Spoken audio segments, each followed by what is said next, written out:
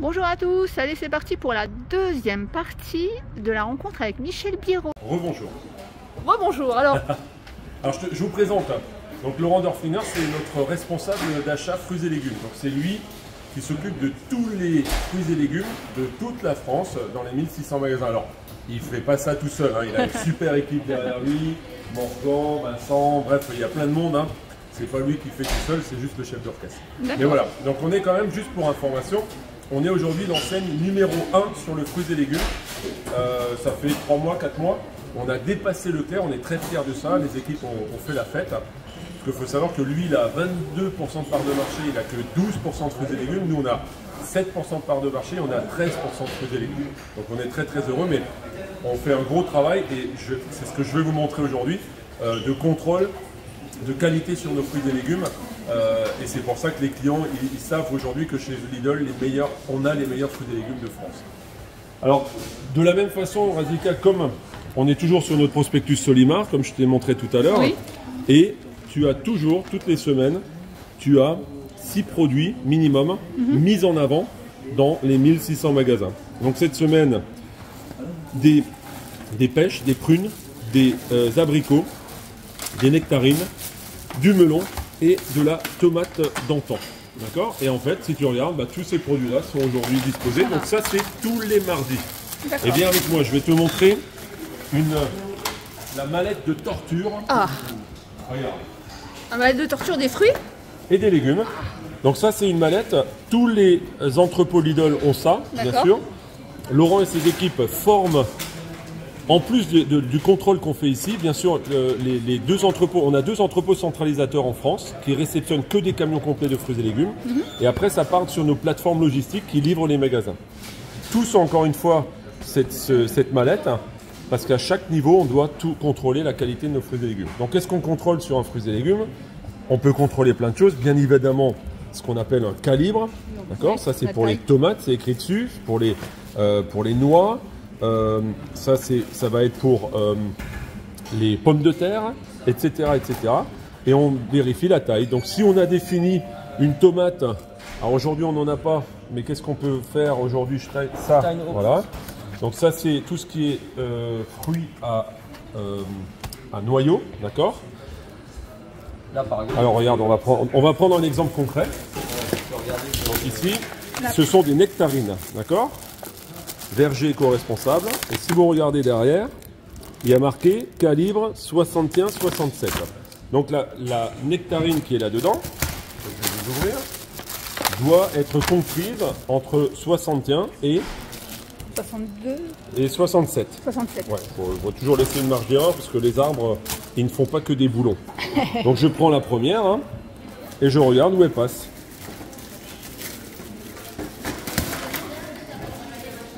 Tu vois, elle a du mal à passer là.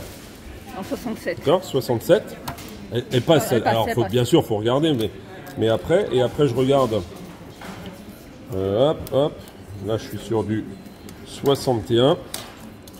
Ce qui m'intéresse surtout, c'est qu'elle ne passe pas à 61. Non, 61, oui. Parce que nous, on paye des calibres. Oui, oui. S'ils me donnent des billes à la place des nectarines, je ne suis pas content. Donc, tu vois, regarde. Là, peu importe comment tu la tournes, dans 61, elle ne passe pas. Donc, ça veut dire... Voilà, c'est limite, mais ça passe pas. Donc le fournisseur, il a fait son job. Tu vois. Voilà, ça c'est le premier contrôle qu'on fait sur un produit, c'est le calibre. Tu vois. Donc tous les nectarines qui étaient compris dans ce kilo sont conformes à ce qu'on a défini avec le fournisseur. Tu vois, ça par exemple, c'est une règle pour mesurer le concombre. D'accord. Le calibre d'un concombre se définit par la longueur du concombre, par exemple. Ou de la courgette. Ou de la carotte, etc. Ça, c'est tout simplement un presse-agrumes. D'accord. Ça veut dire que Laurent et son équipe vont définir un taux de jus dans une orange, un taux de jus dans un citron. Donc on va presser à fond l'orange et on va verser le jus dans un récipient pour savoir est-ce que c'est 1 millilitre, 30 millilitres, etc. Tout ça est défini. Pour tout produit fruits et légumes, il y a un cahier des charges. D'accord. De la même façon, on a, regarde, et c'est ce qu'on va mesurer, on mesure le taux de Brix. De Brix. Ouais, alors qu'est-ce que c'est le taux de Brix? Oh, pardon. Un taux de Brix, c'est tout simplement la teneur du fruit ou du légume, d'une tomate, Oui. en sucre. D'accord. D'accord? Donc là aussi, on a défini un taux de Brix. Alors, prends juste un couteau, ouais. Et alors, un appareil que tu n'imagines même pas, je suppose. Dis-moi. Un pénétromètre. Qu'est-ce qu'un pénétromètre? Un pénétromètre, c'est cet engin-là. Donc là aussi, on définit sur une tomate, par exemple, la fermeté de la tomate. D'accord. On ne veut pas des tomates toutes molles. Toute molle. Et donc, en fait, le pénétromètre, c'est quand tu appuies sur un... Je peux le faire là-dessus pour vous montrer l'exemple. Donc là, on est à 0. Et en fait, c'est tu vois, c'est la pression qu'il faut exercer pour enfoncer. Voilà. Donc là, tu vois, j'ai exercé une pression de 4 kg pour faire un trou dans la nectarine. Bon, je ne l'utilise pas pour la nectarine, c'était juste pour l'exemple. Oui, oui. Le pénétromètre, on l'utilise pour la tomate, pour la pomme. Pour la pomme. Voilà, une pomme farineuse, ben, on va avoir une pénétration de 1 kg, ça va rentrer comme dans du beurre. L'avocat mûr à point, etc., etc. Donc, tout ça, ce sont des petits appareils qui sont très très importants pour nous, où on mesure en permanence la qualité de nos produits, parce qu'on veut rester numéro 1 du marché. Et pour ça, il faut une qualité irréprochable. Donc je vais laisser Laurent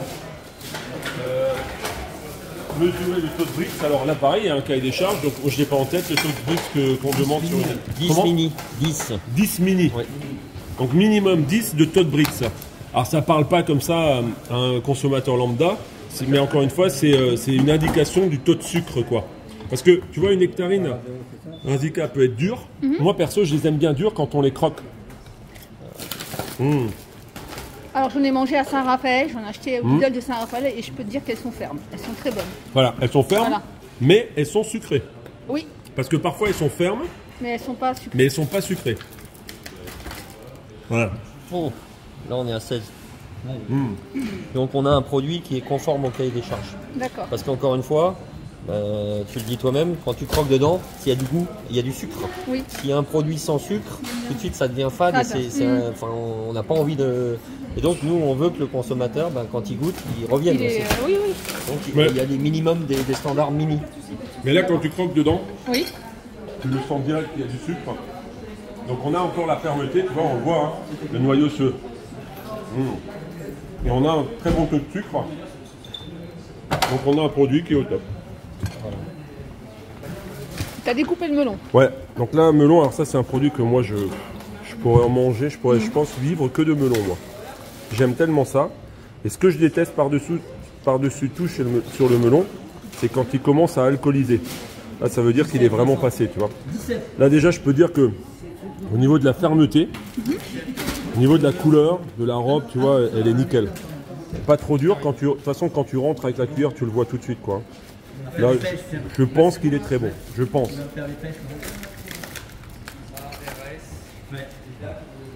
C'est bon. Il est exceptionnel. Ouais, mais vraiment, hein. Je kiffe. Ça faut goûter, hein, c'est top ça. Ah oui, je vais goûter le melon. Le melon là, bon melon français. Ah, franchement, il est exceptionnel. Vraiment, hein. Je suis très chiant sur les melons, hein. Je ne sais pas qui c'est. Jardin des Papes. Jardin des Papes. Ah, il est top. Alors, si Jardin des Papes nous regarde, bravo pour le melon, hein. Tiens, Radika, je te laisse goûter. Mais dis-moi, comment tu sais qu'ils n'ont pas triché, là, qu'ils t'ont pas envoyé que des bons melons?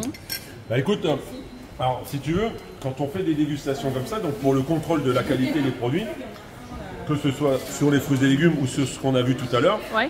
vous imaginez bien que jamais on commande les produits aux fournisseurs. C'est-à-dire que ce carton-là, Oui.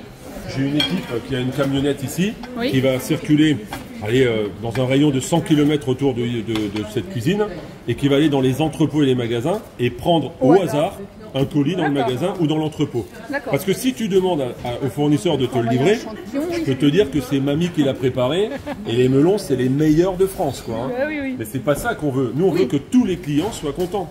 Donc, on va dans les magasins, on récupère. Et là, le client, il n'est pas déçu. Il rentre avec ça, il est vraiment pas déçu, quoi, hein. Il est en train de se mettre des nectarines partout, là. Ouais. Non, t'es passé à la pêche. C'est la pêche. À la pêche, combien? Bon, pour la fin, Michel, est-ce qu'il y a un bon plan, là? Est-ce qu'il va y avoir un bon plan chez Lidl? Écoute, je vais te parler de trois. Je vais te parler, pardon, de deux bons plans. Alors pour les porteurs de la carte Lidl Plus, alors j'imagine que tes followers, ils sont tous abonnés à Lidl Plus. Et si vous ne l'êtes pas, très facile, hein, téléchargement gratuit sur l'App Store. Je fais un petit peu ma pub quand même. Pardon.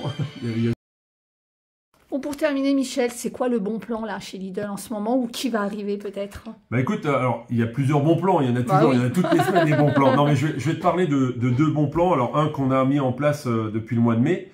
Et j'imagine que tous tes followers sont abonnés à Lidl Plus. Et ceux qui ne le sont pas, vous téléchargez gratuitement sur l'App Store ou sur Google Store.